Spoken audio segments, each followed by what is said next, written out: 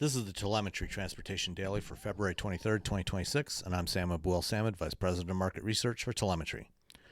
Late last week, the U.S. Supreme Court ruled that President Trump did not have authority to impose import tariffs under the 1997 International Emergency Economic Powers Act. Trump had used this law as justification to declare wide-ranging tariffs on almost all imported products and materials coming into the U.S. over the past year. While this gave some momentary relief to businesses, it didn't last long and has had almost no impact on the auto industry. By the end of the same day, Trump had signed an executive order imposing global tariffs of 10%, which were raised to 15% a day later.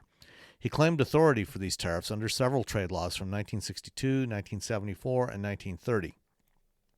The auto industry has a uniquely complex supply chain with many of the thousands of parts and raw materials that compose a modern vehicle crossing multiple borders multiple times on the way to being a completed vehicle, even if it is assembled in the U.S. The 25% tariffs on vehicles and parts that don't comply with the USMCA trade deal fall under the 1962 Trade Expansion Act and are unaffected by the Supreme Court ruling. The same is true for the 50% tariffs on steel and aluminum from Canada.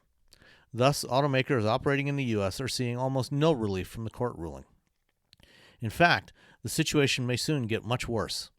Negotiations are starting on renewing or revising the USMCA that Trump negotiated during his first term, and there is a distinct possibility that the North American Trade Pact may be scrapped entirely.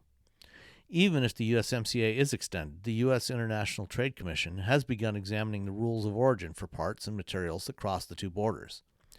Currently, duty-free movement requires that parts and vehicles must have 75% North American content, with 40% of core components from the U.S. or Canada.